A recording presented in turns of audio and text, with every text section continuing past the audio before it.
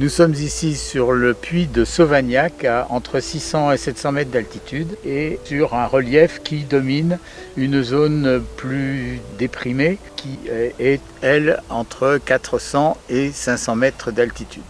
Le puits de Sauvagnac ici est constitué de granit et puis à l'horizon on voit une zone assez montagneuse qui se termine tout à fait au fond au puits des Monédières qui sont à 900 mètres d'altitude. Toute cette zone, c'est le plateau de Mille Vaches. La zone déprimée que l'on a ici à nos pieds est pratiquement constituée uniquement de roches métamorphiques qui sont plus sensibles à l'érosion que ne le sont les granits. Jetons un œil sur la carte géologique. En jaune, les roches métamorphiques, gneiss ou micaschiste. En rose et en violet, les roches plutoniques, granit ou granodiorite, qui recoupent les roches métamorphiques antérieures. Nous sommes ici dans la partie en dépression que l'on apercevait depuis le puits de Sauvagnac et nous avons devant nous un certain nombre de collines qui ont toute une forme en demi-globe. Alors, ces reliefs sont issus de l'érosion différentielle qui s'est produite à partir du tertiaire lorsque l'ensemble du massif central a réémergé par suite de la poussée vers le haut produite par la formation des Alpes et des Pyrénées. Revenons rapidement sur l'histoire géologique. Cette histoire débute il y a plus de 300 millions d'années par la collision de deux plaques tectoniques. Une chaîne de montagnes, dite chaîne hercynienne, haute de 3 à 4 000 mètres, d'après des études très récentes, se forme. Des roches métamorphiques et des granites en constituent le cœur.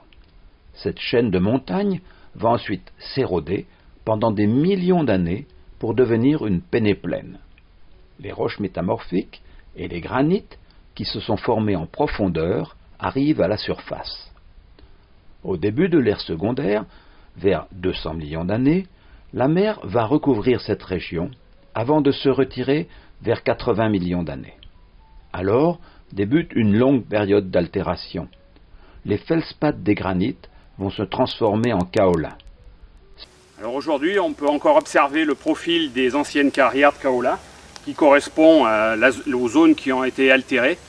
Et durant un siècle, de 1860 à 1864, il y a 100 000 tonnes de kaolins qui ont été exploitées dans les monts d'Ambazac. Et on peut comparer ce chiffre aux 300 000 tonnes exploitées chaque année en France à l'heure actuelle. Donc dès sa sortie, le kaolin était délayé dans des petits bassins qui faisaient 2 mètres par 2 mètres, donc au bigot. Le kaolin partait dans un courant d'eau qu'on envoyait, les sables grossiers restaient au fond de ce bassin. Le kaolin partant dans un courant d'eau, on l'envoyait sur des grilles, les grilles retenaient les sables un petit peu plus grossiers. Le kaolin continuait sa course avec l'eau et terminait comme ici dans des bassins de décantation où l'eau arrivait blanche, le kaolin se déposait au fond, après on soutirait l'eau petit à petit, on récupérait ce kaolin en fond de bassin et on le mettait à sécher sur des claies en châtaignier où il s'égouttait avant de partir broyer vers les moulins. Donc nous sommes dans une zone altérée du granit où tous les feldspaths ont été transformés en kaolin. Donc c'est une roche friable, mais si on la met dans l'eau, et si on l'humidifie, on voit que petit à petit, elle a créé une belle plasticité qui va pouvoir être travaillée pour la porcelaine. Et si je continue à la tremper dans l'eau comme ça, il me reste au fond de la main que les petits quartz globuleux avec le mica qui peut rester. Et le kaolin, lui, part dans le courant d'eau. Donc c'est ce qui s'est passé à l'ère tertiaire. Donc pas dans les pluies torrentielles des gros orages. Donc le kaolin était lessivé et il partait à plusieurs dizaines de kilomètres se déposer dans les méandres de la Paléovienne où ça constitue encore de nos jours des dépôts. Donc le four des Casseaux est un musée associatif et privé. Et le vestige du four ainsi que son bâtiment, son enveloppe d'origine, ont été sauvés in extremis de la démolition et tout a été rapidement classé au monument historique en 1987. Voilà pourquoi nous avons une collection de machines et outils.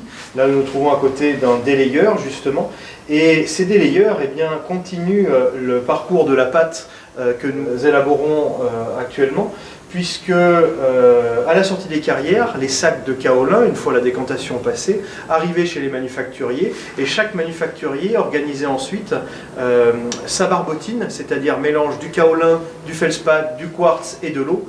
Et ensuite, pour justement réunir ces différentes matières premières, il fallait les calibrer, les retraiter, les réanalyser, si je puis dire. L'histoire de la porcelaine de Limoges, à l'image de son processus de fabrication, c'est une longue itinérance, un voyage des carrières jusqu'à la transformation par l'épreuve du feu. Nous sommes ici face au four des Cassots, qui est le dernier témoin d'une taille industrielle de cette maîtrise du feu, justement, qui a fait la gloire et la renommée de Limoges tout au long du XIXe siècle. Donc nous sommes en face d'un alandier, un mot un peu plus technique que foyer, mais l'origine et le fonctionnement restent le même.